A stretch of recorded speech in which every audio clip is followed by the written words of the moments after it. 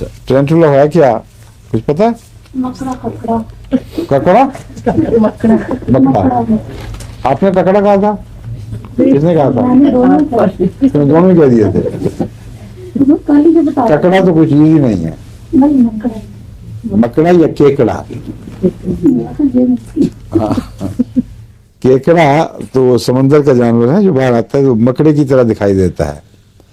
اور یہ ایک اسپین کا مکڑا ہے جو بے حد زہریلا ہے اور اس کے کاٹے سے آگ لگ جاتی ہے تن بدن میں.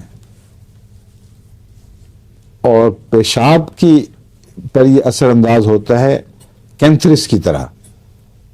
کینتھرس ایک مکھی ہے, وہ پیشاب کی نالیوں پر اثر انداز ہوتی ہے, ان میں آگ لگا دیتی ہے اور گردے کی جھلیاں سوج جاتی ہیں اور قطرہ قطرہ پیشاب جل جل کر آتا ہے اور بار بار آتا ہے, تھوڑا اور بار بار, اور ہر قطرہ لگتا ہے پگھلا ہوا تانبا نکل رہا ہے یا پگھلا ہوا لوہا کوئی چیز دھات گزر رہی ہے.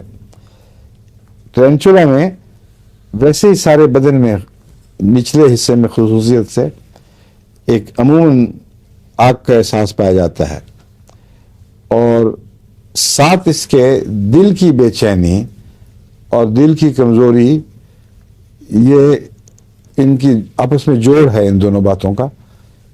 یعنی ٹرینٹولا دل پر بھی اثر انداز ہوتا ہے, کینتھرس ضروری نہیں کہ دل پر اثر انداز ہو. ٹرینٹولا کی جو جلن اور بے چینی ہے اس میں دل کی علامتوں کا ہونا لازم ہے. یعنی اگر لازم نہیں تو بہت نمایاں اس میں پائی جاتی ہے بات. اور جو آنکھوں سے تعلق رکھنے والی عجیب بات ہے, رنگوں سے اس میں وہ پائی جاتی ہے ناپسندیدگی, کراہت. سرخ رنگ, سبز رنگ اور تیز رنگ اسی قسم کے اس میں لکھا ہوا ہے, گرین, ریڈ اینڈ بلیک. کالے رنگ سے بھی, سرخ سے بھی اور سبز سے بھی. طبیعت میں نفرت پائی جائے, اچھا نہ لگے تو ٹرینٹولا کی علامت ہے. یہ اگر دائمی کسی مریض کی حالت ہو تو اس کو ٹرینٹولا اونچی طاقت میں دیں تو ٹھیک ہوگی. اگر ٹرینٹولا پوائزن کی جیسی علامتیں بیماریوں کی دوسری جگہ پائی جائیں اور اس بیماری کے وقت ہی ظاہر ہو تو جس پوٹینسی میں دوسری بیماری ٹھیک ہوگی اسی میں یہ بھی ٹھیک ہو جائے گی. اگر گہری بیماری ہو, یہ جو انسانی مزاج پر مستقل اثر انداز ہو چکی ہو, اس وقت ٹرینٹولا اونچا دینا چاہیے آپ کو.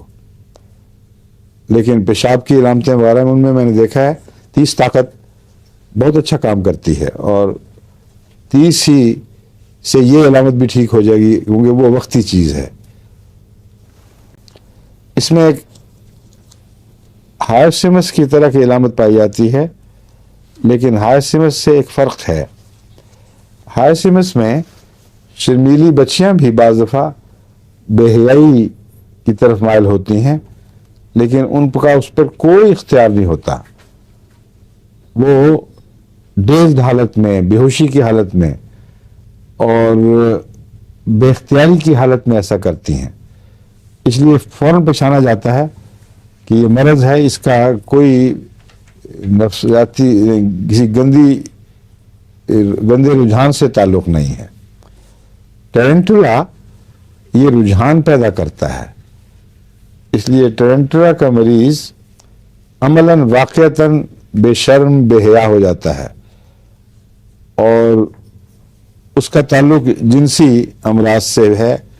اس کا تعلق چونکہ جنسی امراض سے ہے اس لیے وہاں جب بے حیائی اکٹھی ہو جائے تو ٹرینٹولا ضروری ہے. وہ پھر ہائرسیمس کا کیس نہیں ہے. کئی لوگ دھوکے میں آ کے ہائرسیمس دے دیتے ہیں, حالانکہ ہائرسیمس کی بے حیائی بالکل بے اختیاری کی چیز ہے.